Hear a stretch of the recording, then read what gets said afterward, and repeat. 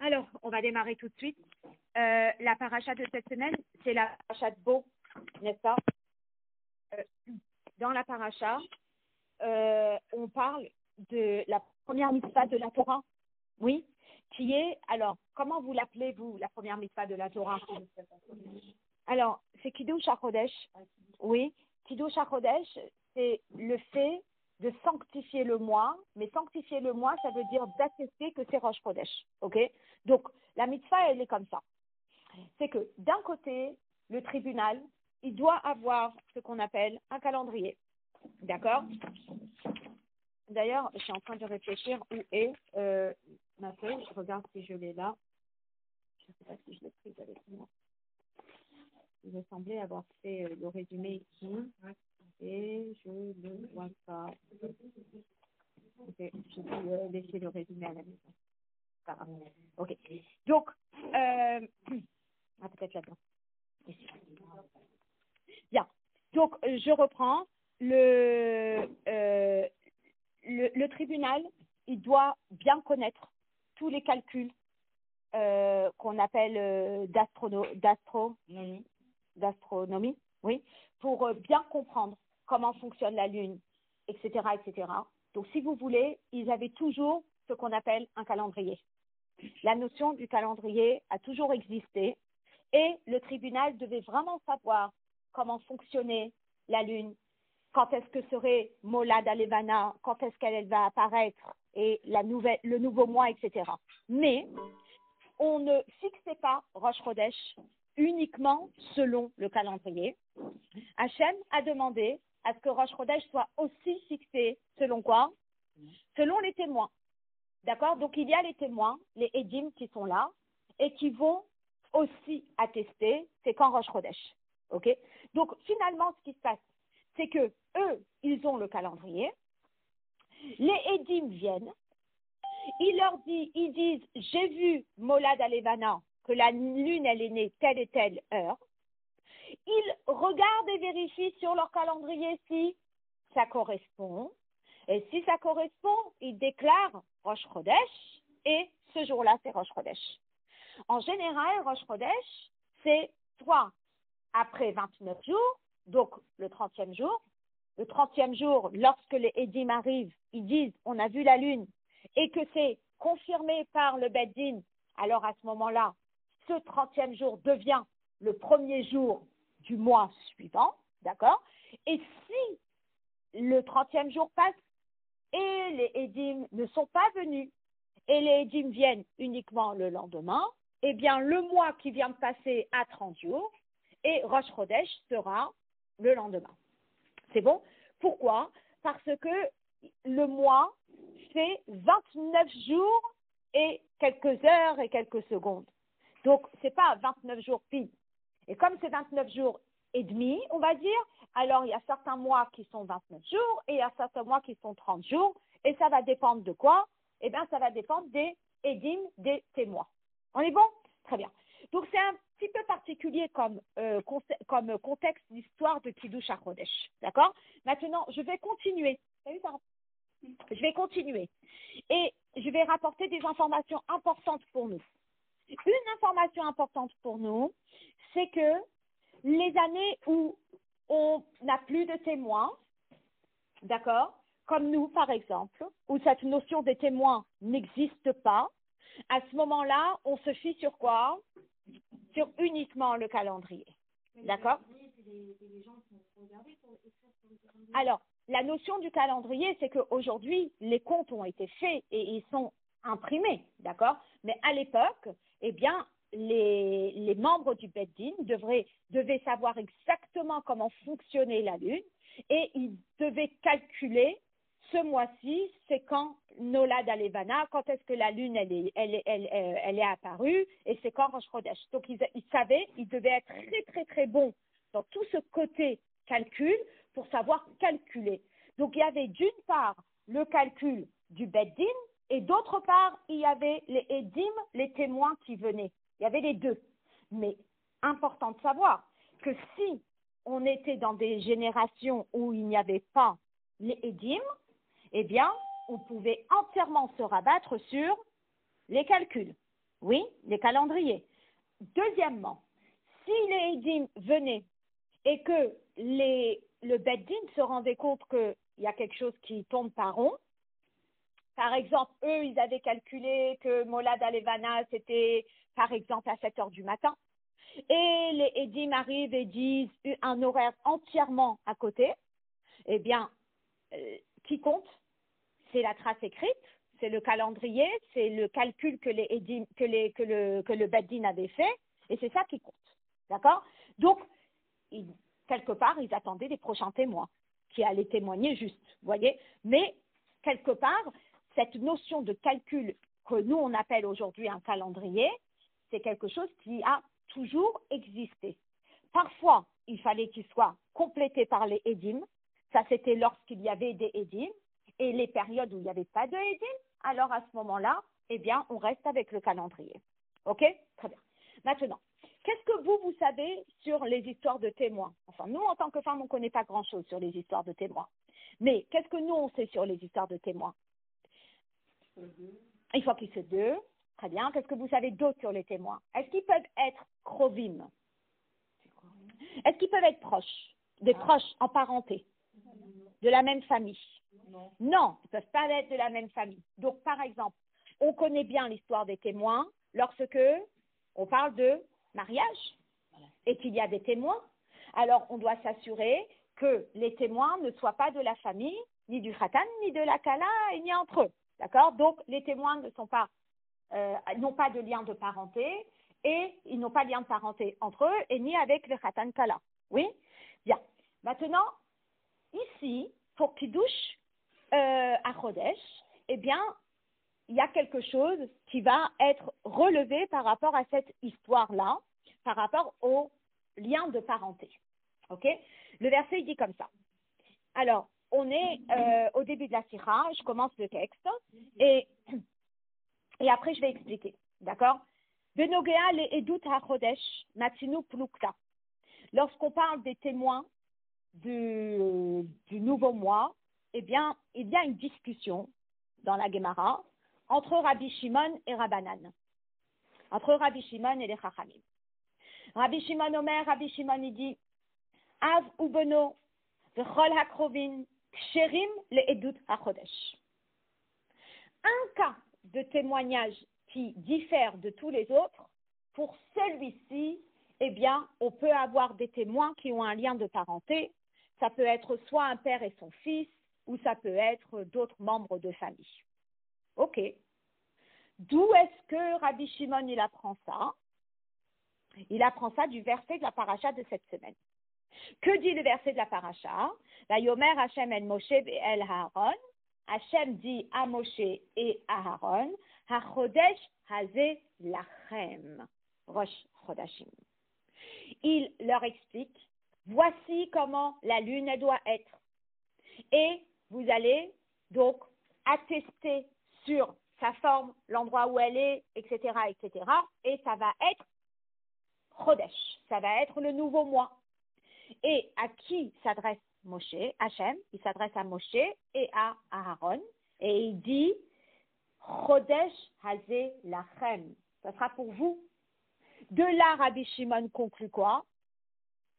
Il conclut, Edutzo kshera bachem. Que ce témoignage en particulier a le droit d'être par deux frères, Moshe et Aaron, deux frères. Parce que il est écrit dans le verset Bachem. Le témoignage que la lune, elle est bien née et que c'est Rosh Chodesh. C'est bon? Bien. Rabbanan Sveré, par contre, les Chachamim, eux, ne sont pas d'accord.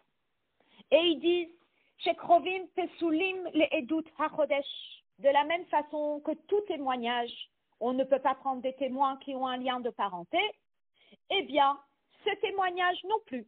On ne peut pas avoir des témoins qui ont un lien de parenté.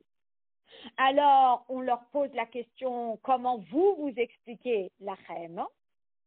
Et ils expliquent l'achem de façon très intéressante. Kavanat hapasukhi edutzo tehe mesora l'achem. Que ce témoignage, il va revenir à vous. Ça veut dire quoi? ça veut dire que vous avez cette capacité de former un bet din, les kabel et ha'edut, pour accueillir les témoins, et que lorsque les témoins vont venir, vous allez déjà connaître la réponse en préalable, puisque vous savez comment fonctionne la lune, et vous allez valider le témoignage de ces témoins en disant Chodesh. Et les Kadesh et Chodesh, vous allez avoir cette capacité, ce pouvoir, de pouvoir finaliser le témoignage des témoins. C'est le troisième, en fait. C'est Le troisième, il y a le Bedin, les témoins et Moshe et Aaron. Alors, il y a le Beddin qui est Moshe et Aaron. Ah oui. Voilà, ils font office de Beddin, d'accord? Et les témoins viennent chez Moshe et Aaron qui sont office de Beddin. Moshe et Aaron écoutent, leur posent des questions, valident et attestent ces Rosh Chodesh. On est bon? Très bien. Oui. Dans un Bedin général, ils ont le droit d'être reconnus. Alors, je ne sais pas. Mais c'est possible que oui, je ne sais pas. Je n'ai pas posé cette question. Je ne peux pas te dire. Alors, là-dessus, évidemment, on peut se poser la question, sur quoi se base Rabbi Shimon pour donner son avis, et sur quoi se base les Rabbanan pour expliquer. D'accord? Mais maintenant, avant de rentrer dans ça, parce qu'on va rentrer dans une petite conversation, enfin une petite étude sur cette Gemara, d'accord? Je pense que c'est quand même intéressant que je vous explique ce que j'ai noté parce que j'en avais besoin pour comprendre la Sira. Ok? Alors, ce que je constate, et j'ai appris des choses aujourd'hui, c'est que dans un témoignage, il y a deux choses. La première chose, c'est qu'un témoignage vient les varer et hadavar. La première chose, c'est qu'un témoignage vient clarifier une situation. D'accord? Donc, on est là, on ne sait pas qui a assisté à par exemple, à cette vente. Alors, il y a des témoins qui arrivent et qui disent, oui, on a assisté, voilà, on vérifie la situation et on clarifie une situation. Donc, le but des témoins, c'est de clarifier. Je ne sais pas, il y a une voiture, il y a un rétroviseur qui a sauté, il vient d'être réparé, il coûte 600 €. Le conducteur demande aux passants, est-ce que vous avez vu quelque chose? Et les passants arrivent et disent, Birour, je viens clarifier, oui, il y a eu telle voiture de telle couleur qui est passée, j'ai pris la photo, voilà. Il y a quelqu'un d'autre qui arrive, oui, j'ai vu la voiture de telle couleur, il y a eu 2 témoins, par exemple. Ça, c'est ce qu'on appelle le côté les varères clarifiés. J'ai assisté, j'ai vu la scène, voilà ce que j'ai vu. D'accord? On vérifie si ce sont des témoins qui sont kshérim, si ce sont des témoins qui sont fiables, qui sont honnêtes, etc. On est bon? Très bien. À part ça, il y a quelque chose, on va dire, donc ça j'appellerais le côté logique de l'histoire. J'ai une scène, il me manque des informations, il y a des témoins qui arrivent, qui m'apportent les informations. C'est le côté sikhli du témoignage. Oui. Après, il y a un côté qui est Torah du témoignage, le côté qui est au-delà de la logique. Et c'est quoi? C'est que lorsque ces 2 témoins arrivent, eh bien, ils finalisent une situation, ils attestent une situation, et cette situation, elle est ce qu'on appelle fixe. Ça veut dire que si, après, il s'avère qu'il y a un témoin qui n'a peut-être pas dit exactement les détails, du fait que ça a été un témoignage qui a été validé en tant que édoute, un témoignage, ça prend une forme de, c'est fixe, on ne peut pas revenir dessus. Vous voyez? Donc, c'est ce qu'on appelle kiyum. Kiyum, c'est-à-dire que ça y est, c'est quelque chose qui est existant. Vous voyez? Il suffit qu'on soit, par exemple, 300 personnes à un mariage. On a tous assisté au mariage. Mais si on n'a pas été nommé et digne du mariage, à ce moment-là, on ne peut même pas dire que le mariage, il est valable. Vous imaginez? Il faut qu'il y ait 2 édimes, il faut qu'il y ait 2 témoins. Ces témoins, eh bien, ils vont attester qu'il y a eu un mariage. Mais le côté al-sirli, le côté Torah, c'est quoi? C'est que ça donne un poids à la situation qui fixe la situation. Très bien. Donc, lorsque je parle de témoignage, il y a un aspect logique et il y a un aspect Torah qui est plus fort que la logique, plus haut que la logique. On est bon? Très bien. Je passe maintenant à un deuxième détail qui est important, qu'il faut que je partage avec vous. C'est quoi? C'est que, normalement, selon la halakha, deux frères, des proches en parents, des gens qui sont de la même famille, ne peuvent pas témoigner. Ça, c'est la halakha. D'accord? Maintenant, y a-t-il une logique derrière ou pas? Alors, à nouveau, il y a un côté logique derrière. Et le côté logique, le côté logique, c'est quoi? Le côté logique, c'est ces deux personnes qui sont de la même famille. Numéro un, s'ils sont de la même famille que les faits, c'est possible qu'il y ait ce qu'on appelle un intérêt familial, ce qu'on appelle halachiquement Nogea Bedavar. Je suis concernée, c'est quelqu'un de ma famille.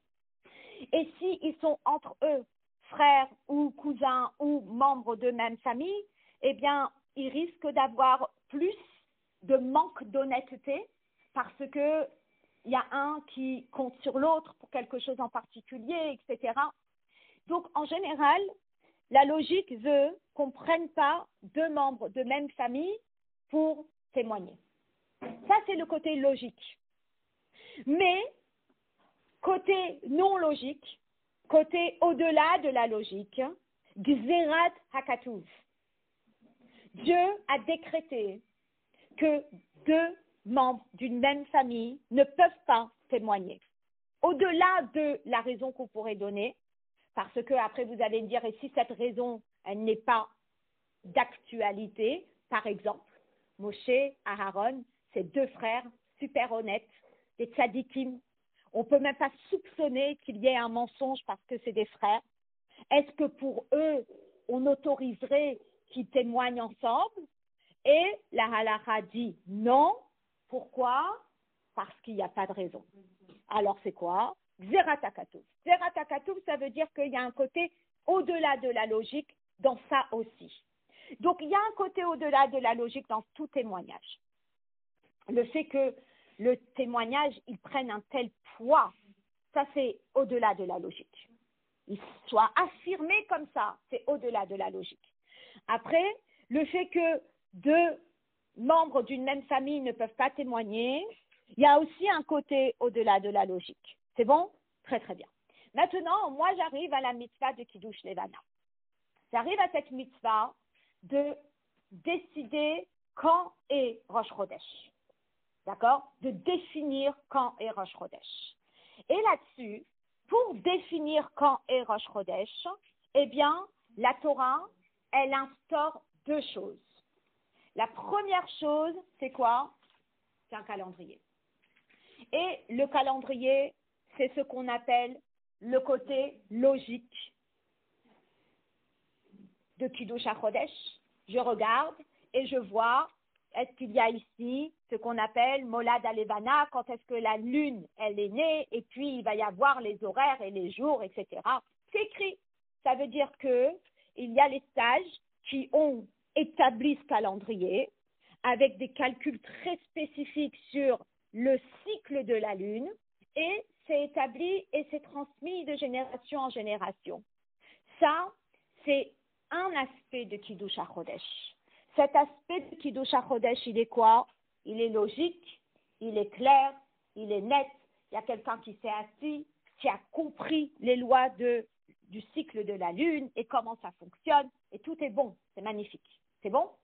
D'un autre côté, il y a un côté au-delà de la logique dans Kiddush Levana, et c'est quoi? C'est que il y a deux messieurs qui se promènent à Yerushalayim, sur une montagne, ils regardent la lune, ils la voient sous cet angle, cette taille, à cette heure-ci, cette forme. Ils courent au Beddin, ils disent au Beddin, voilà ce qu'on a vu, telle taille, telle forme, de tel endroit, tel angle, etc., etc. Beddin écoute, ils vérifient juste sur le papier si on est bon et ils disent décréter. C'est Rosh Chodesh. Ça veut dire qu'il y a un poids qui est, entre guillemets, au-delà de la logique, qui a fait que c'est décidé, c'est fixe, c'est Rosh Chodesh. D'accord? On est bon? Très bien. Mais maintenant, s'il n'y a pas de témoin, oui, s'il n'y a pas de témoin, on va dire on est dans un cas de figure où il n'y a pas de témoin. Oui? Et est-ce qu'on peut utiliser le calendrier? On peut utiliser juste le calendrier, sans aucun problème, d'accord? Mais si, donc nous on est là, on est dans un cas de figure où il n'y a pas de témoin. Et on peut utiliser le calendrier. On est bon? Donc, ce qui peut se passer dans un cas pareil, c'est que si je suis dans un cas de figure où il n'y a pas de témoin, j'utilise le calendrier, qu'est-ce que je mets de côté dans ce cas-là? Dans ce cas-là, je vais mettre de côté le côté Torah, je vais mettre de côté le 2, je vais mettre de côté le côté illogique. D'accord? Donc, je mets de côté le côté témoin. Et si je mets de côté le côté témoin et je m'assure qu'il n'y a pas de problème d'honnêteté, eh bien, je me dis, deux membres d'une même fratrie peuvent témoigner. Et ça serait l'avis de qui? De Rabbi Shimon. Vous voyez? Donc, sur quoi se base l'avis de Rabbi Shimon? C'est que l'avis de Rabbi Shimon se base sur le fait que Kiddush HaChodesh, que sanctifier le mois, c'est vrai qu'on a besoin des deux, mais dans le cas de figure où j'ai pas le deuxième qui peut arriver, eh bien, je peux faire abstraction de tout ce qui est Gzerat HaKatuv, de tout ce qui est le décret divin, puisque j'ai pas les témoins, donc il n'y a pas le côté du décret divin. Et donc, le côté du décret divin dit que deux frères ou deux membres d'une même fratrie ne peuvent pas témoigner, mais comme il y a déjà un paramètre qui a sauté dans Kiddush HaChodesh, il va y avoir un autre paramètre qui va sauter dans qui sont les témoins. Et ça, le Rabbi va l'expliquer juste au début de la Sikha. Maintenant, ça va être plus clair lorsqu'on va le voir sur le texte, d'accord? Mais si c'est un peu compliqué, ne vous en faites pas, c'est que la première partie. C'est que l'explication de la Gemara. Ce qui est extraordinaire, c'est de voir comment tout ça s'est expliqué selon la Chassidoute. Et il y a zéro complication là-dessus. Alors, je vais vous expliquer, on y va. Regardez. Déjà, on a compris l'avis de Rabbi Shimon et on a compris l'avis des Rabbanan. D'accord? Maintenant. Mevaer Chvod Tushat Admour Maharash. Le Rabbi Shmuel, le Rabbi Maharash, eh bien, il explique la raison de Rabbi Shimon. Et il dit, le fiche gam lelo edut zo, yodim beddin al pi hacheshbon, et matai rosh chodesh. Rabbi Shimon, la raison pour laquelle il raisonne de la façon qu'il a raisonné en disant que deux frères peuvent témoigner, c'est parce que, selon Rabbi Shimon, il se dit que ce témoignage, il est différent de tous les autres témoignages. Et en quoi il est différent de tous les autres témoignages? C'est par le fait qu'il y a parfois un des éléments qui va sauter. Et l'élément qui risque de sauter un jour, c'est quoi? C'est les témoins. Le seul qu'on va garder, c'est lequel? C'est le calendrier. Et il dit du fait que cette mitzvah-là, qui normalement a deux conditions, mais il peut arriver que la condition, au-delà de la logique, saute. À ce moment-là, on peut se permettre de faire sauter cette condition dans les autres paramètres de cette mitzvah. Et les autres paramètres de la mitzvah, c'est qui sont les témoins. Donc normalement, la logique veut que les témoins soient des membres de famille honnêtes. Mais là, il n'y a pas le problème d'honnêteté, parce que ils savent qu'on a une base sur laquelle on va regarder après. Donc, ils ne vont pas tricher là-dessus. Vous voyez, c'est-à-dire que lorsqu'ils vont arriver chez le Badin, ils ne vont pas s'amuser à mentir ou à tricher, parce que le Badin a déjà le résultat. Vous voyez? Donc, étant donné qu'on n'est pas sur un problème de manque d'honnêteté, et qu'il y a des situations où le Xerat HaKatuv saute dans le sens où il n'y a pas de témoin et il n'y a que le calendrier, alors il peut aussi arriver que s'il n'y a pas deux personnes d'une famille différente, eh bien qu'on puisse prendre deux personnes d'une même famille. Donc on va rester qu'avec les 1. On va faire sauter les 2. Le petit 2, on le fait sauter. Il n'y aura pas le côté illogique, on va rester qu'avec le côté logique. Et si on reste qu'avec le côté logique, eh bien on va rester avec quoi? Avec le calendrier, les témoins qui sautent, et on va rester avec même des membres de même famille, parce que finalement, le côté illogique, il va sauter. Et donc, les membres d'une même famille, si on n'a pas un problème d'honnêteté, eh bien, on peut les garder. Bon, ça, je vais le voir sur le texte avec vous, et après, sur la partie sur laquelle on va plus mettre l'accent, ça va être la suite. Alors, il dit comme ça. Il dit, le fichier gam le lo edutzo, yodim bedin api acheshbon, et matai rosh chodesh. La particularité de cette mitzvah-là, c'est quoi? C'est que même sans témoin, eh bien, le Bedin sait c'est quand Rosh Chodesh. Vous êtes là, vous attendez impatiemment de savoir ça va être quand Rosh Chodesh Shvat. Mais le Bedin, il sait. Il a ce calendrier sous les yeux et il y a écrit Rosh Chodesh Shvat, c'est jeudi. Écrit, ils le savent. Qu'est-ce qu'ils attendent? Ils attendent et doutent. Ils attendent des témoins. Pourquoi tu attends des témoins alors que tu as un calendrier? Gzerat hakatouf. C'est ça qu'Hachem il veut. C'est tout le point la ligne. D'accord? Donc, du fait que c'est ce qu'Hachem veut, mais que finalement on se base, oui, sur un calendrier, alors Rabbi Shimon, il tient que les paramètres changent. Donc, comme les paramètres changent, ils peuvent changer aussi au niveau des témoins. D'accord? Et donc, il dit comme ça. Et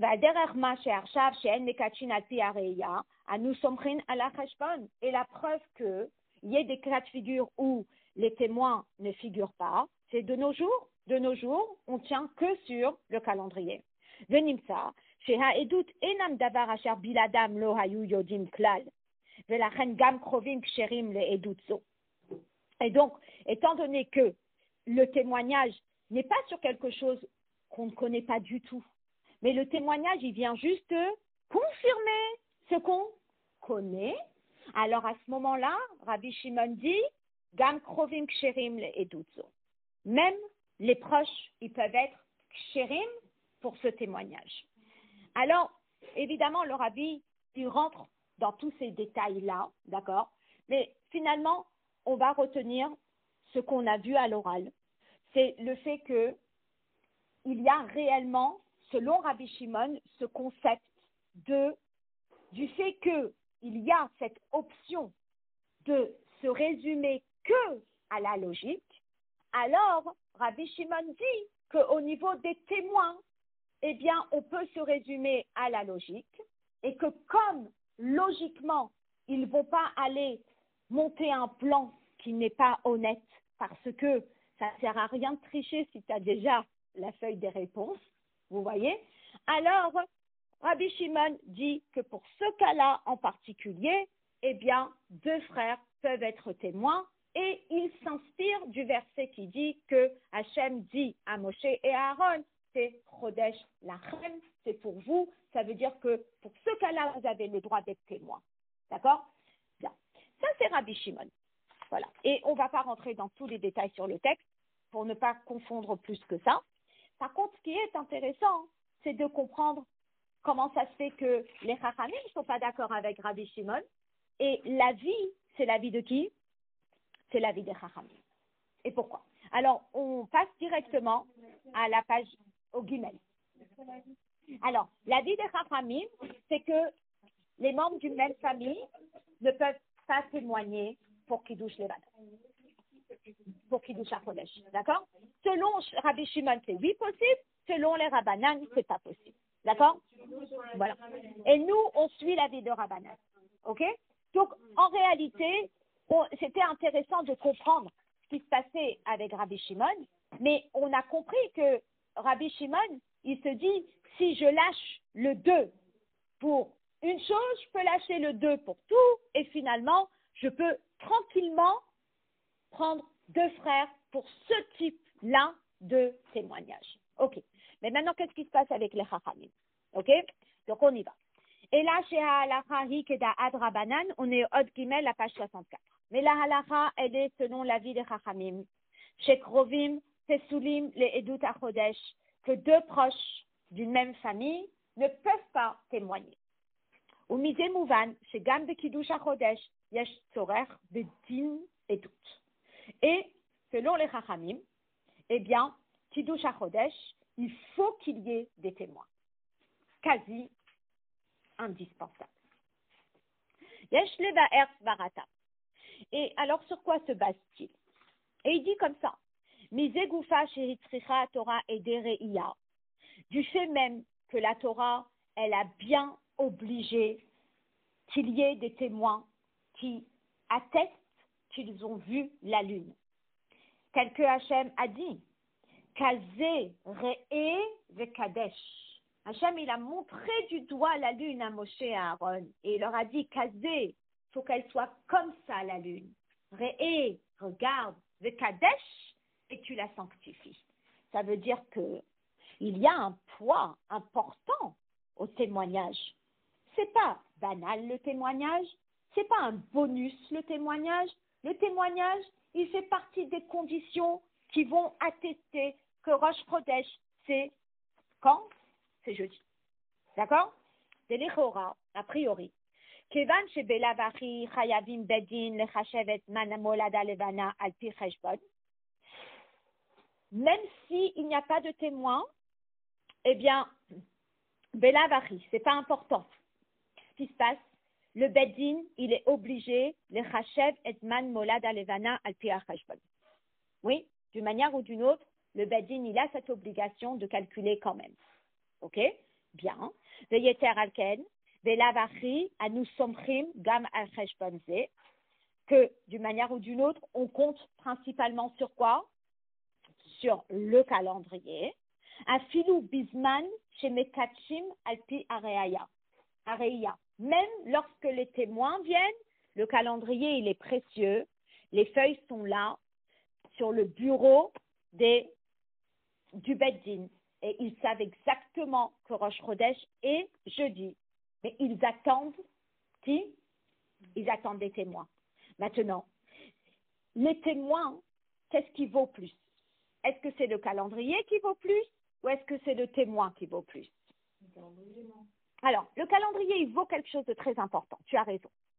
Parce que Hachem, il dit, va préparer le résultat.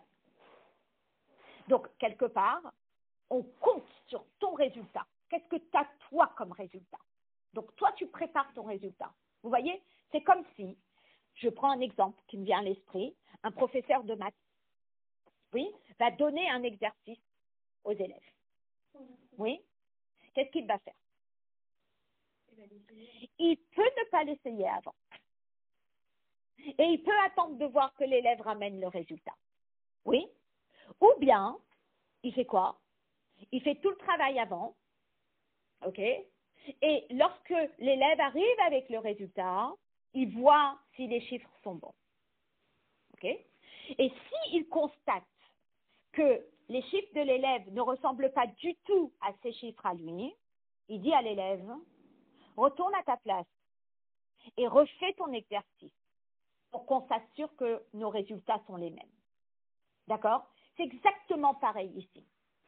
Le Beddin, il a le chiyuv, il a l'obligation, mais la varie, peu importe, même s'il y a des témoins qui sont partis pour regarder la lune, ils ont l'obligation de préparer le calendrier.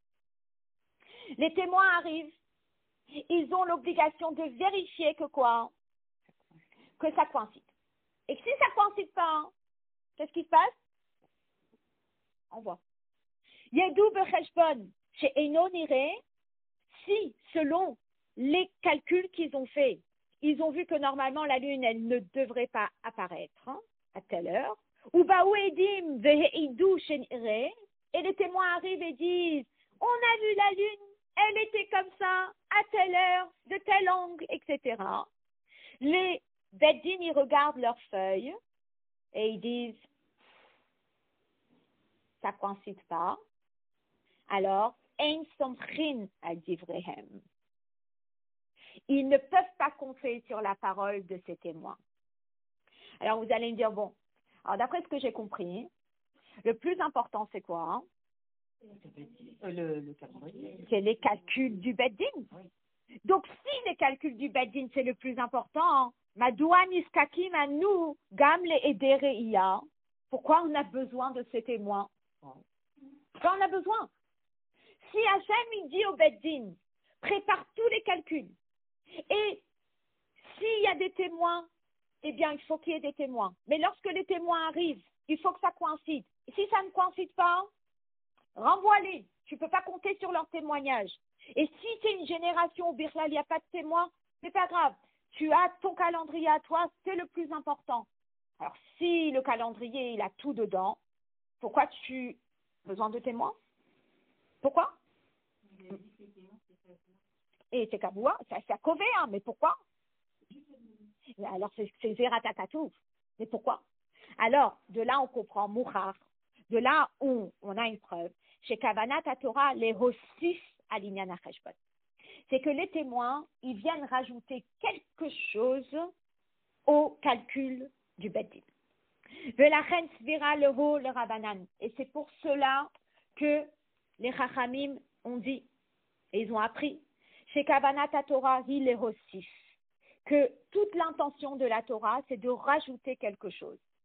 Chez Hakviut de Rosh Chodesh, Tiye Lorak Alpi Cheshbon Shehu Biro, que Rosh Chodesh ne peut pas être fixé que par le calcul qui est clair et net. Et là, mitor tokef de din et doute, mais il faut qu'il y ait ce poids des témoins, tel qu'il est écrit dans le verset Alpi Shne Edim Yakum Hadabar. Donc, quelque part, c'est quand même très intéressant. Ça veut dire que d'un côté, il y a tout le travail qui est fait et qui est quelque part vérifié par tous ceux qui sont très bons dans le cycle de la Lune et qui ont tout fait le travail. Et d'un autre côté, Hachem dit, c'est pas fixe. Qu'est-ce qui va le fixer? C'est les témoins. Il faut des témoins qui fixent ça, qui attestent ça. D'accord? Donc, c'est comme si je vous disais, si je peux, c'est comme si je suis en train de faire tous mes calculs. En quoi? En crayon à papier. D'accord? Lorsque les témoins arrivent et qu'on voit que les résultats sont les mêmes, là, je prends un stylo, je le marque et je prends mon tampon et je le scelle. Oh, je crois. Vous voyez? Et ça, c'est un poids qui est important. Les Chachamim, lorsqu'ils ont vu ça, ils ont dit, on ne peut pas faire sauter ce paramètre. Ce paramètre semble avoir une importance quand même. Le paramètre des témoins, il semble avoir une importance. Ça veut dire que quand on peut en avoir, c'est important d'en avoir. Donc, aujourd'hui, on ne peut pas en avoir, nos calendriers sont imprimés, c'est fixe. D'accord? Mais quand on pouvait en avoir, les calendriers, les feuilles, elles étaient en crayon à papier. Il fallait attendre que les témoins viennent. Donc, les témoins, ils avaient leur importance. Donc, si le 2 avait son importance pour le Kiddush Levana tant que c'était possible, alors selon les Chachamim, le 2, il a son importance par rapport à qui sont les témoins. Et donc, selon les Chachamim, Zeratakatouf, 2 frères, même si là, il n'y a pas lieu de tricher parce que tu vas te faire attraper par quelqu'un qui a déjà fait le calcul, eh bien, Zeratakatouf, les 2 frères ne peuvent pas témoigner ensemble. On dirait que ça sert à rien. T'as l'impression, hein? Ils peuvent pas gommer. Ils peuvent gommer. Bah non, vous avez dit que si c'est juste les dîmes ne se confirment pas, alors c'est la liste des trucs qui révèle. Alors, Si les dîmes ne sont pas d'accord. Alors, si les édiles ne sont pas d'accord, ils partent et ils attendent des nouveaux édiles. Oui, ça peut durer longtemps. Non, ça dure pas longtemps. Ah. Ça dure pas longtemps. Ça dure pas longtemps. C'est-à-dire plusieurs qui passent Ben, non, les gens, ils partaient pas. Les gens, ils marchent sur la montagne. Ils voient la lune d'une certaine façon. Ah, ils n'étaient pas préparés à Non, ça. non. Les gens, ils vont sur une certaine montagne, ils voient la lune d'une certaine façon. Alors après, ils viennent et ils disent, on a vu la lune. Ils leur posent plein de questions. Où tu étais positionné? Comment était la lune? Non, je crois pas. Voilà. C'est quoi qu'il arrive, ils vont attendre que quelqu'un. Il y a toujours quelqu'un qui revient. Absolument. Donc, leur avis ne changera pas. Leur avis ne changera pas. Mais il reste quand même non signé. Non officiel, exact. Il n'a pas encore été. Non, il n'a pas encore été officialisé. Parce que si, par exemple, au bout de 30 jours, il y a toujours personne qui est arrivé, eh bien, si tu veux, on va attendre que les édimes ils arrivent. Tu comprends? Donc, les édimes, ils ont quand même leur poids. Et si ça ne correspond pas, alors dans tous les cas, Non. Certainement que les bons édimes sont arrivés après à un certain moment. donc si dans tous les cas, c'est le calendrier qui va compter, ça sert à rien que ça écrit. C'est ce que tu penses. Alors tu gardes. Voilà. Pour Kiddush HaKodesh? Ah, ben écoute, c'est une question. Et selon cette sira, elle est pas claire. Je sais pas. Ok? Alors maintenant. Et là, j'ai alpisé et no mechouvar leidar dit ça, mais évidemment, on a une question, et la question, je pense qu'on l'a toute. Kevan shemekachim alpi areia, deshne edim ksherim, asher alpi shne edim yakum davar. Étant donné que c'est important qu'il y ait deux témoins qui attestent avoir vu la lune telle qu'elle avait été écrite en crayon à papier par le Beit Din, parce qu'il est écrit dans le verset alpi shne edim yakum davar, Bamenishtane inyan rosh chodesh, שאין אנו סומכים על עדות זו בלבד, אלא עושים גם חשבון, ואם אין העדות עולה בקנה אחד עם החשבון, אזי אין סומכים על דבריהם. במה נשתנה עניין ראש חודש? En quoi il change le sujet de Rosh Chodesh? שאין אנו סומכים על עדות זו, qu'on ne peut pas compter sur ce témoignage-là. Et là aussi, gam cheshbon, mais il faut faire aussi un compte, donc aussi le calendrier. Et si le témoignage il coïncide pas avec le calcul que le Bedin a fait, alors on ne peut pas compter sur leurs paroles. On pose la question, on se dit mais à quoi ça sert? C'est quoi cette histoire? Bien, le Rabbi, il va pas répondre à cette question selon le pshat. Et c'est ça qui est incroyable. Ce qui est incroyable, c'est que à travers les sirotes qu'on étudie ensemble, eh bien, on s'est rendu compte que tout ce qu'il y a dans la halakha, c'est le reflet de ce qui se passe spirituellement. Et si, dans la halakha, il y a les deux qui sont importants, alors qu'à nos yeux, on a l'impression que les témoins, c'est peut-être pas si indispensable que ça. Ça semble être un bonus. Ça semble être un plus. Mais un plus, bon, on peut pas. Et finalement, selon les Rabbanan, c'est un plus. Et si c'est un plus, il doit être pris en compte. Et s'il doit être pris en compte, c'est qu'il y a une raison. Et vous savez pourquoi il y a une raison? Parce que spirituellement, il y a une raison. Et parce que spirituellement, il y a une raison qui est limpide et claire, alors c'est pour ça que ici, il y a une raison. Et vous savez, ça me rappelle vraiment cette notion de tous nos minagim. Vous savez, un minag, pour nous, dans la tête, et surtout dans la tête des enfants, ils se disent, c'est un bonus. Il y a à table des crêpeleurs, il y a à table des crêpeleurs, il n'y a pas de crêpeleurs, il n'y a pas de crêpeleurs. Il y a à table des oreilles d'aman, il y a des oreilles d'aman, il n'y a pas d'oreilles d'aman, il n'y a pas d'oreilles d'aman. C'est un bonus. Et finalement, ce n'est pas un bonus. Pourquoi? Parce que cette coutume qu'on est en train de faire ici-bas, c'est le miroir de quelque chose de spirituel. C'est le reflet de quelque chose de spirituel. Donc, si on comprend le spirituel, eh bien, on va tout faire pour pouvoir calquer tout ça dans ce monde-là matériel. Alors maintenant, vous pouvez vous asseoir et vous détendre.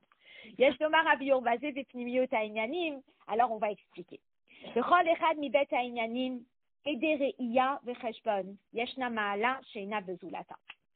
Lorsque je regarde les deux points qu'il y a dans Kiddush HaKodesh, il y a deux points. Oui, il y a le cheshbon, il y a le calcul qu'ont fait le Beit Din, d'accord, avec le petit crayon à papier, ok, et il y a les témoins. Oui, il y a une qualité dans l'un qu'il n'y a pas dans l'autre. Ukviat Rosh Chodesh, Biota Inyan Klali Veyesodi, le Torah ou Mitzvoteha. Et puisque cette mitzvah de Rosh Chodesh, c'est la mitzvah. Vous savez ce que ça veut dire, c'est la mitzvah? Cette mitzvah de Kiddush HaChodesh, c'est Yesod, le Torah ou Mitzvot. C'est la mitzvah fondamentale sur laquelle est basée toute la Torah et les mitzvot. Et puisque c'est la mitzvah sur laquelle est basée toute la Torah et les mitzvot, cette mitzvah, elle a besoin de ces deux qualités. Elle a besoin d'une part d'être al-pi cheshbon. D'une part, il fallait qu'elle soit calculée par les sages du Beit Din, et d'autre part, il fallait qu'il y ait des témoins. Pourquoi? Parce que les mitzvot qu'on va accomplir, elles ont les deux choses. Et comme les mitzvot, c'est basé sur Kiddush Levana, alors il faut les deux. Et le Rabbi va expliquer incroyable cette sira. Une sira qui n'est pas connue, j'imagine à cause du début qui est un petit peu complexe, mais la sira, elle est incroyable. Mais la reine, alors, et il dit comme ça. Et comme il faut les deux, la reine, Einanu Somchin Ela Ashnehem Ke'echad. C'est pour cela qu'on a besoin des deux. Il n'y a pas l'un sans l'autre. Je ne peux dire, j'ai le calendrier, je n'ai pas besoin de témoins. Et je ne peux pas dire, j'ai les témoins, je n'ai pas besoin de calendrier. Il faut les deux. C'est quand même intéressant quand même. Parce qu'en général, quand on attend des témoins, quand on attend des témoins, on ne s'attend pas obligatoirement à ce qu'il y ait quelqu'un qui ait déjà fait l'exercice à l'avance et qui l'ait fait en crayon à papier. Vous voyez? Si on attend des témoins, on attend des témoins, point, à la ligne. Oui? Alors, pour Kiddush Levana, il fallait les deux. Il fallait que le Beit Din, il fasse le brouillon des calculs, et après, il attendait les témoins, et les témoins témoignaient, et ça coïncidait entièrement. D'accord? Et pourquoi il faut les deux? Et pourquoi Ein Somchin Ela Ashnehem Ke'echad? Pourquoi est-ce qu'on ne pouvait pas l'un sans l'autre? Et le Rabbi explique. Yuvan Behakdim Ama'amar Ayadoua. Vous vous rappelez du premier Rashi de Bereshit? Oui. Alors, par quoi la Torah elle aurait dû commencer? Lo hayat tzarir le'atril et Torah ela mehachodesh hazeh lachem. La Torah, elle aurait dû commencer avec cette mitzvah-là. Oui? Pourquoi?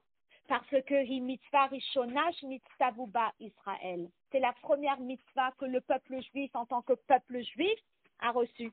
Donc, normalement, la Torah, elle aurait dû commencer avec cette mitzvah. Et Rashi pose la question et demande pourquoi est-ce qu'elle n'a pas commencé avec cette mitzvah. Maintenant, pour vous, c'est ça la première mitzvah?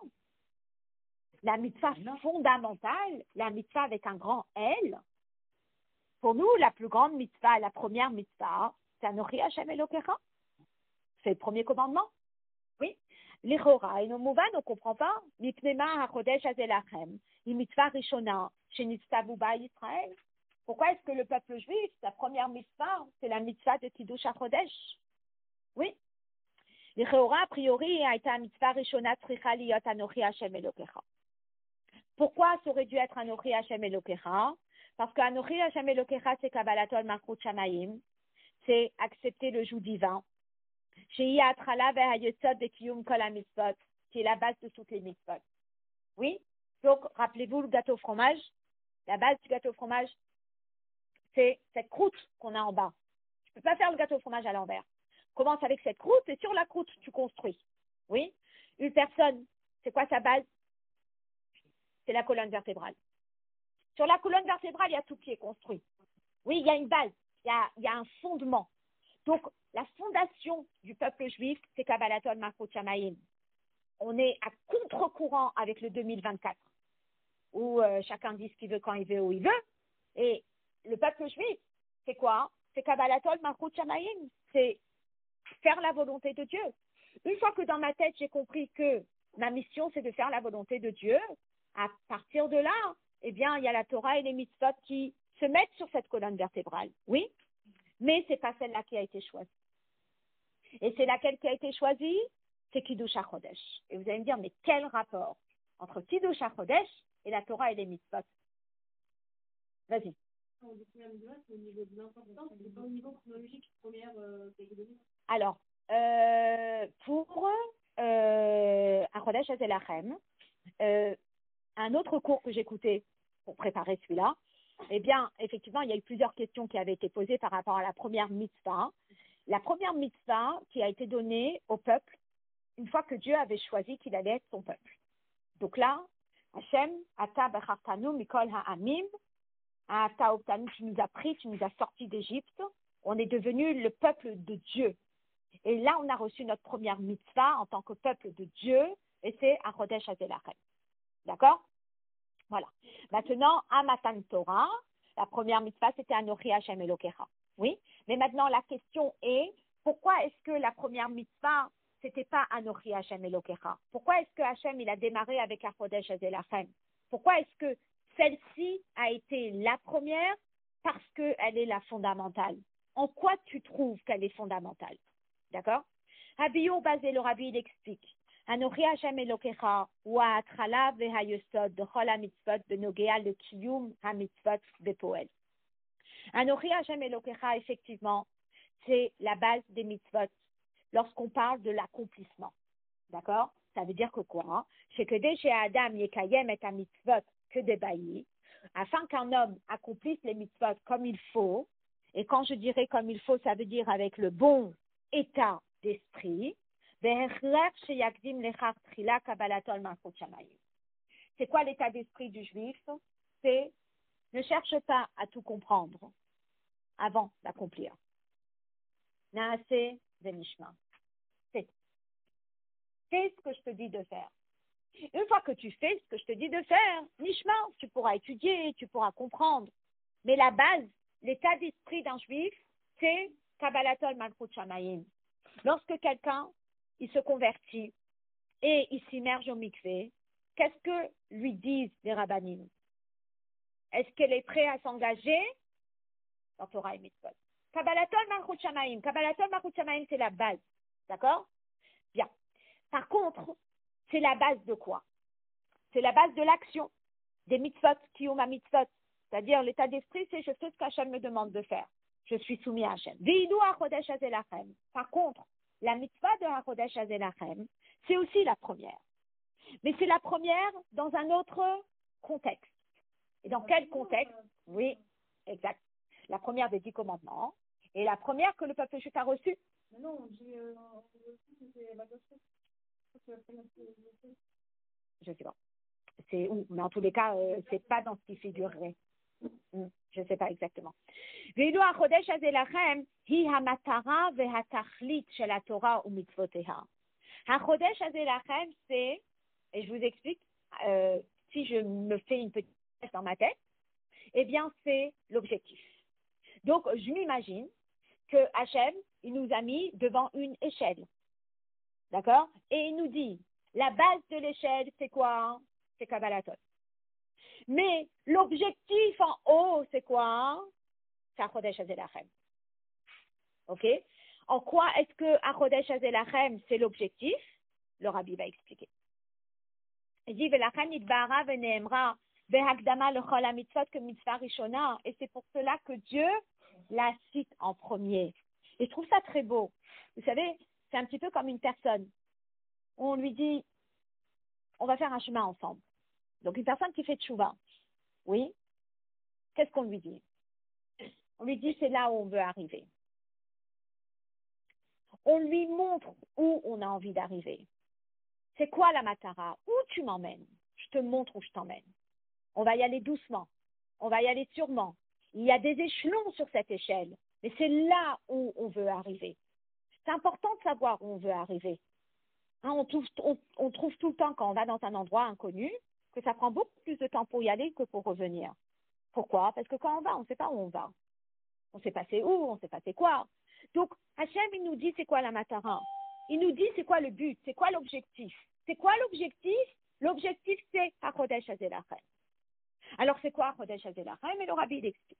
Kavanat HaTorah ve'hamitzvot hi shebnei Israël yifalu chidush bebriya. Et nous voilà en tant qu'entrepreneurs. Et ça, c'est une sikha qui est juste incroyable parce que c'est un concept qu'on n'a jamais appris. C'est que maintenant, nous allons devenir les réels, on va dire, entrepreneurs dans la création du monde. Keyadoua Abiyora Pnimi de Mama Chazal. Les Chachamim, eh bien, ils disent une phrase, mais Alpi Chassidout, voilà comment on l'explique. Gdolim Maase Tzadikim Yoter Mimaase Shamayim Vaaret. Ce que nous, Juifs, accomplissons sur terre est plus grandiose que la création du monde. Vous entendez? Le fichier Maase Shamayim Vaaret ou Bria Yesh Me'ayin. Dieu, lorsqu'il a créé le monde, il a créé Yesh Me'ayin. Il n'y avait rien et il a créé un monde. Et nous, qu'est-ce que nous allons faire avec ce monde qui est un Yesh, avec ce monde qui est un plein d'ego? On va faire quoi? On va le ramener à Ayin. On va faire dévoiler la lumière de Dieu dans ce monde. Vous imaginez? Donc, Ve'ilou ma'aseh tzadikim, que font les tzadikim? Uma shepoalim bitul hayesh el ha'ayin. C'est le fait qu'ils ont cette capacité d'annuler la matière pour faire dévoiler quoi? La lumière, la divinité. Velachen gedolim ma'aseh tzadikim. Et c'est pour cela que les actions des tzadikim sont plus grandes, mima'aseh shamayim va'aretz. Aderach ma'amar chazal. À l'image de ce que les Chachamim nous racontent dans la Gemara Ta'anit. Alors, je vous raconte l'histoire.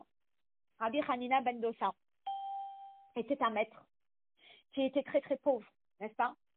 Et donc, avec sa femme, qui était certainement une grande sadéquette, eh bien, ils ont prié pour être un petit peu soulagés parce que c'était très très difficile pour eux. Ils étaient réellement très pauvres. Oui, c'était chez eux où il n'y avait même pas d'huile pour allumer les bougies et qu'il y a eu le miracle, le vinaigre a fait brûler les bougies.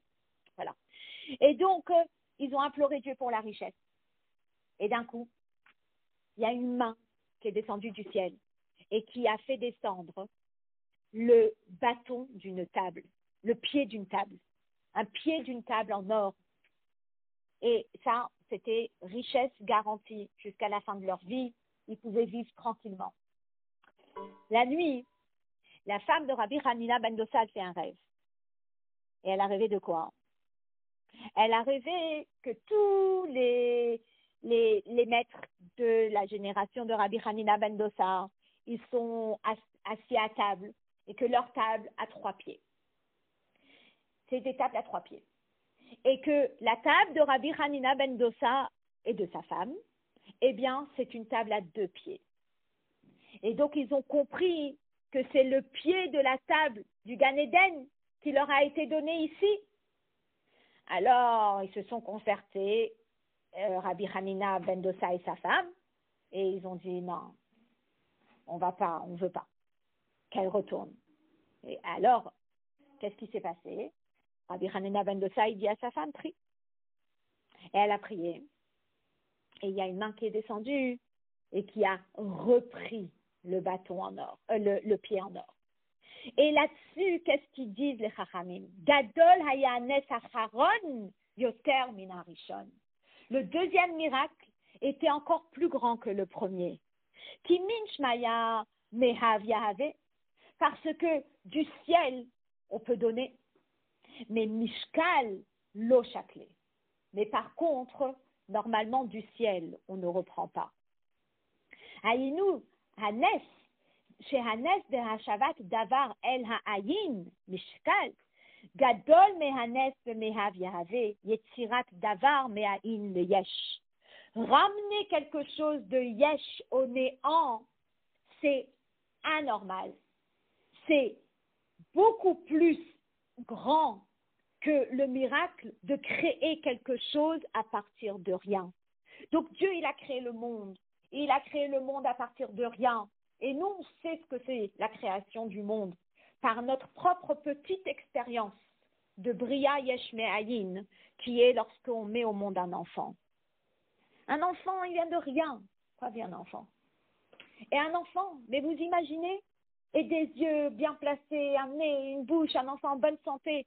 C'est quelque chose d'extraordinaire. on voit la création de Dieu avec nos propres yeux, on se dit, c'est waouh. Et ce qui est encore plus grand, c'est quand on prend ce yesh et on arrive à le ramener à la posture de Haïn. Mais comment on fait pour y arriver? Eh bien, pour y arriver, il faut le bitoul. Il faut annuler la matière et exprimer la divinité. J'annule le côté papier que j'ai devant moi. Et ce qui ressort de là, c'est une tira. Je ne regarde pas le côté papier, mais je regarde le côté enseignement de la Torah que je suis en train de lire. Vous voyez? Et tout ça, c'est j'annule la matière et ce qui ressort de là, c'est la Kedusha. Quand je vous dis, c'est quoi le livre sur la table, vous me regardez, vous me dites quoi? Tu parles du fritat? Je ne vais pas appeler ça un livre. Je ne vais même plus l'appeler un livre. Ou quand ce que je vous dis, passe-moi la boîte, vous allez me dire, ah, tu veux la boîte de tzedaka. Ça veut dire qu'on enlève son côté gashmi, on enlève son côté yesh pour faire ressortir le côté ayin, pour faire ressortir la divinité. Et à ce moment-là, comment se sent Hachem? Ben à ce moment-là, Hachem, il se sent chez lui.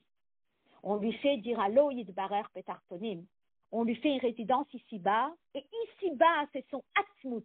Ici-bas, c'est son essence. Où est-ce qu'on est nous-mêmes? Ici, je suis moi-même? Non. Si on me voit ici, on me dit, tu donnes cours aujourd'hui? Oh, il y a un cours ce soir. Si on me voit dans ma voiture, on me dit, ah, tu vas faire des courses? Ah, ça t'arrive souvent de prendre la voiture? Mais si il y a quelqu'un qui m'appelle et je suis chez moi, il ne va pas dire, qu'est-ce que tu fais à la maison? Chez moi. Donc moi, c'est mon chez moi.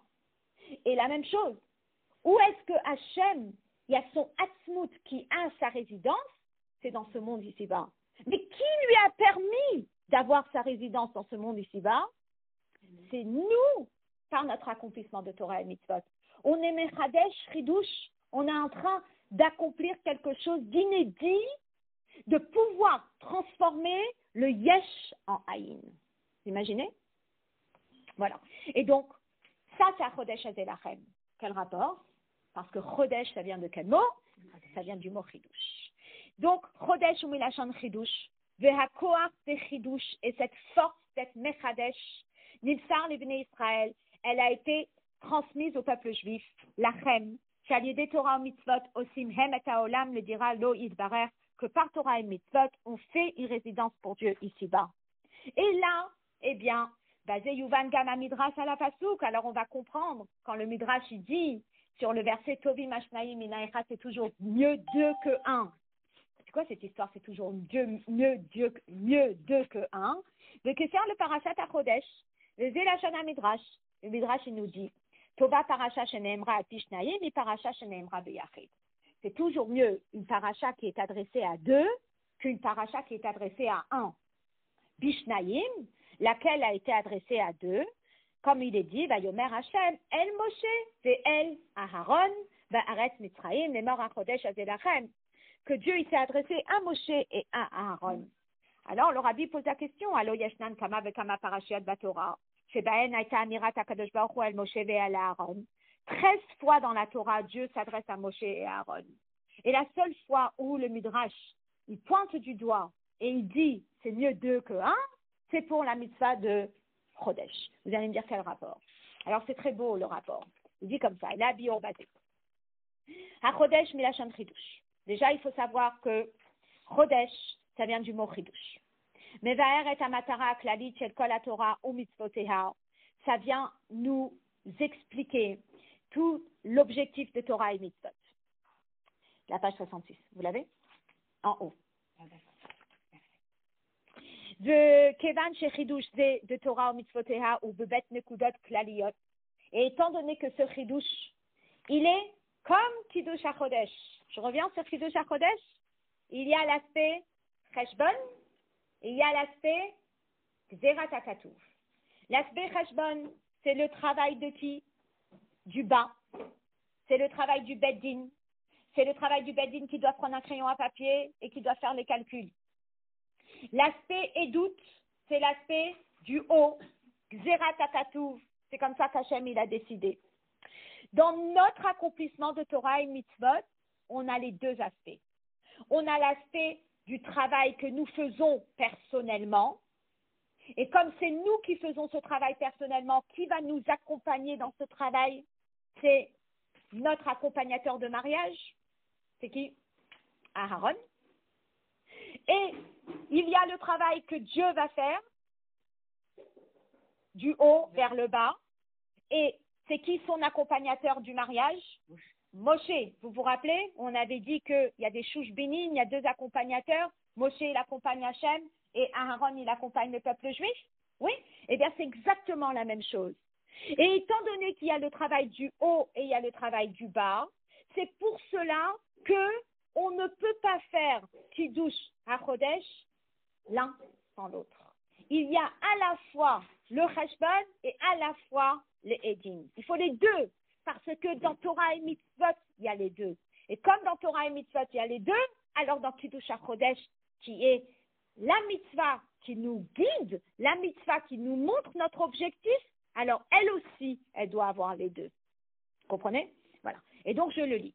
Kevan shechidush de Torah mitzvot ou bebet nekudot klaliot, étant donné qu'il y a deux points principaux dans ce chidouche que nous faisons dans Torah et mitzvot, ha'achat kshura beinyano shel Moshe, il y en a un qui est relié à Moshe, ha'acheret be'Aaron, il y a l'autre qui est relié à Aaron. Mudgeshet be'parashazo shaychuta lishnehem, c'est pour cela que cette paracha, elle a été adressée aux deux. Velachen parashazo dafka ita bemidrash tovim ashnaim mina echad. Et c'est pour cela que c'est dans cette paracha où on dit c'est toujours mieux deux que un. Kvar nidbar kama pa'amim bepirush alashon diralo isvarach betartonim she'inyan ze kolel bet nekudot klaliyot. Lorsqu'on fait une résidence pour Dieu ici-bas, il y a deux choses qui se passent. Mitzad atartonim sheyesh la'asotam re'uyim liot diralo isvarach. Lorsque nous sommes ici-bas, on prend la matière et on la rend un réceptacle pour s'élever. Donc, je vais acheter ma viande et je vais se dire, je vais m'en servir Shabbat. Je la rends un réceptacle. Je prends ce papier, je la mets dans la photocopieuse et je me dis, je vais imprimer une sikha. Je fais un réceptacle. Et toute la matière comme ça, je la dirige vers la volonté de Dieu. Mais après, qu'est-ce qui va se passer? Eh bien, ça va appuyer un bouton. Et en haut, qu'est-ce qui va se passer? Il y a une lumière infinie de Dieu qui va venir s'habiller dans cette matière. Oui? Donc, mitzad le ma'ala, de la part du haut, Hachem, diralo yitbarer, inyan chez atzmuto yitbarer, nimsa begilui kan le matin. C'est l'essence de Dieu qui va maintenant se trouver ici-bas. Ubet inyanim elu hem inyan shel chidush. Et ça, c'est quelque chose qui a un grand chidouche.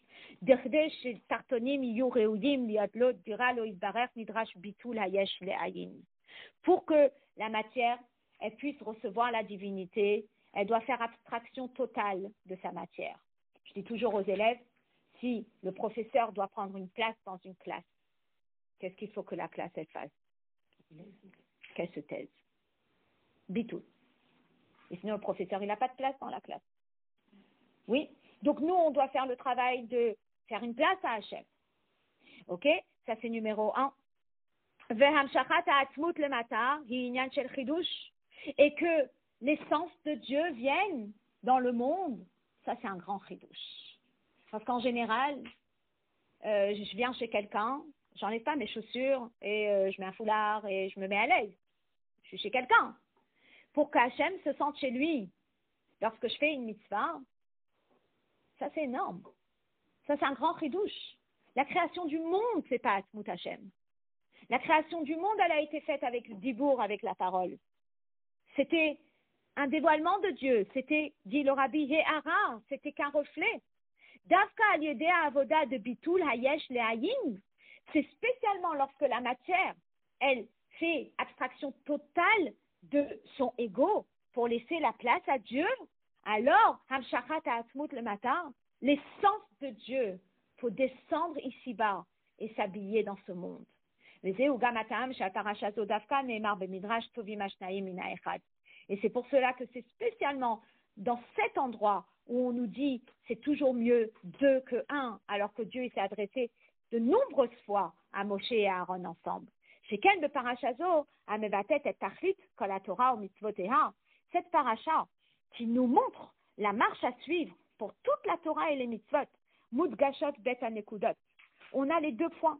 On a le point de Moshe, qui est Shushbina de Malka, qui est l'accompagnateur de Dieu. Apoel Amshachat Elokut, Milmala le matin, qui permet à ce que la divinité descende ici-bas. Haïnu Shehu Anoten Koach ala Chidush de Hamshachat Ha'atzmut Ba'olam Hazeh. C'est Moshe Rabbeinu qui donne cette force qu'il y ait ce Chidush, que l'essence de Dieu s'habille dans ce monde. Vehen Aaron, et on a Aaron, qui est Shushbina de Matronita, qui est l'accompagnateur de la reine, qui est le peuple juif. Ha'ala'a milmala le mala, qui donne cette force de pouvoir élever la matière.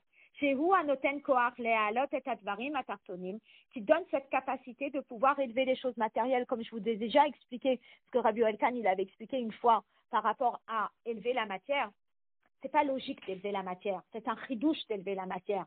De la même façon que la main, elle va écrire quelque chose de très, très, très, très, très intelligent, la main, elle va pas devenir intelligente. Donc, si la matière, elle va devenir kadosh, ça, c'est un chidouche. Ça, c'est quelque chose qui est exceptionnel. C'est pas sa nature du tout. Ça, c'est quelque chose qui s'est passé à Matan Torah grâce à l'influence de qui? De Aharon. Que la matière puisse devenir kadosh, c'est grâce à l'influence de Aaron. Que Atzmut Hashem puisse descendre dans ce monde, ça c'est grâce à l'influence de Moshe. Et c'est pour cela que pour Kiddush HaKodesh, qui est la mitzvah qui nous explique comment les choses elles vont fonctionner, eh bien, Dieu s'adresse à qui? À Moshe et à Aaron. Ou que Shem HaKodesh Azelachem Mevatet Atachlit, de Torah ou mitzvot Benogal et Peulatam Baolam. Et de la même façon que ça nous trace la route dans notre façon de faire Torah et mitzvot, et de l'impact que ça va avoir dans le monde, Ken Mevate Atavar et Apeula de Torah ou Mitzvot de Bnei Israël, ça permet aussi de voir que ce changement et ce chidouche se passe en moi aussi, dans chacun individuellement. Bnei Israël Nimshelu Lelbana. Les Bnei Israël ils sont comparés à la lune. On l'appelle Amaor Akatan, on est ce petit luminaire. Comme il est écrit dans le verset de Amos, Mi Yakum Yaakov Kikatan Hu. Qui va relever Yaakov, il est petit. Le chidouche alevana vegidoula, morim, un chidouche ve'aliyah de Béné Israël. Et le fait que la lune, elle se renouvelle, et le fait que la lune, elle grandisse, elle grossisse, eh bien, ça montre le renouvellement en nous, et ça montre l'élévation dans chaque juif lorsqu'il fait Torah et Mitzvot. Donc, en faisant Torah et Mitzvot, il y a 2 choses qui se passent. Il y a l'impact sur le monde, qui se fait en 2 temps, la matière qui s'élève, donc ça c'est le côté cheshbon, et la lumière de Dieu qui descend, ça c'est le côté edout, oui, mais moi aussi je subis une élévation en faisant Torah et Mitzvot, et mon élévation personnelle, elle se fait aussi en 2 temps. Il y a le travail personnel. Le travail personnel, c'est je comprends. Promis, on est limité. On peut comprendre tant. À un moment, on dit on ne comprend pas. Donc, on est très limité dans notre travail personnel. Je ressens. Je peux ressentir tant, mais pas plus. Je suis sensibilisée. C'est tout le Tanya en ce moment qu'on est en train d'étudier en Ritat. La sensibilité, c'est ce qu'on appelle l'émotion intellectuelle. Je comprends que je dois faire quelque chose. C'est une sensibilité intellectuelle. Elle est limitée. C'est un travail personnel. Ça, c'est à l'image de Cheshbon. D'accord? Mais après, il y a quelque chose dans ma Avodat Hashem qui est déclenché.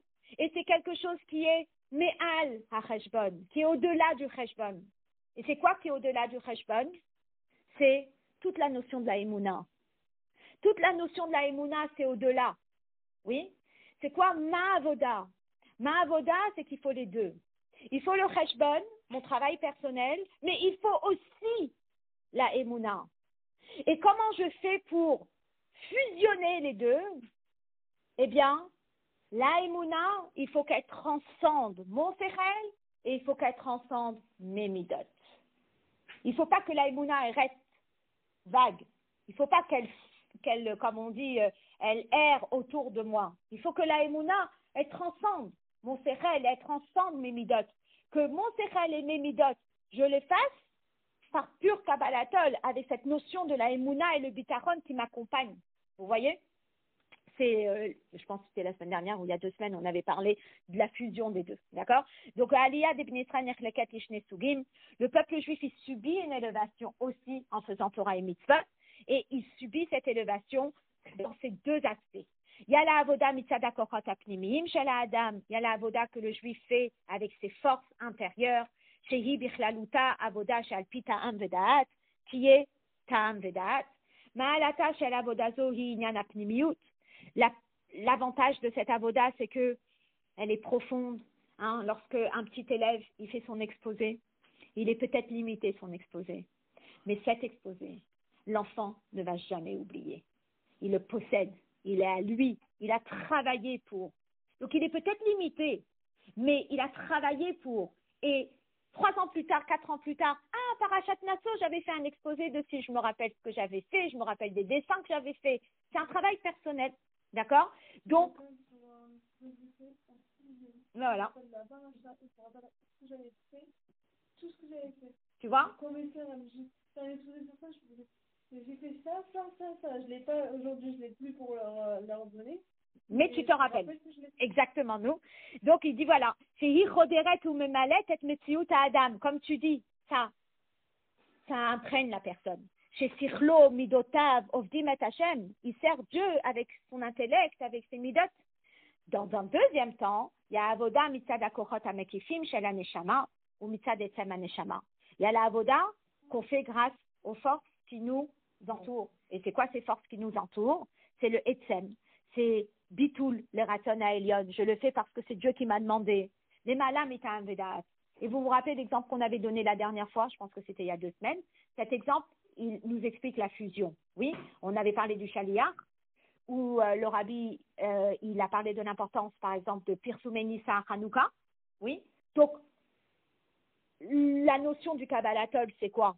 C'est que je dois faire ce projet de Pirsumei Nissa, mais après, Sechel, Midot, on fait une réunion avec le Sechel, avec les Midot, avec les talents, avec intellectuels. Qu'est-ce qu'on va faire?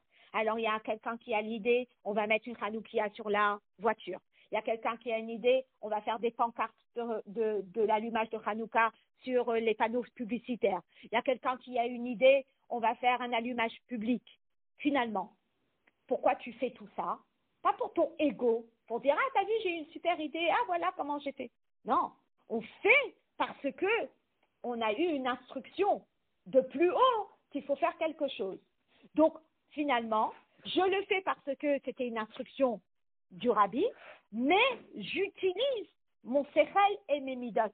Et comme ça, je fais fusionner à la fois la force qui est les malins, mitaan vedaat, qui est cette force de Kabbalatol, et à la fois, je fais fusionner mes propres kochot, mes propres forces. Et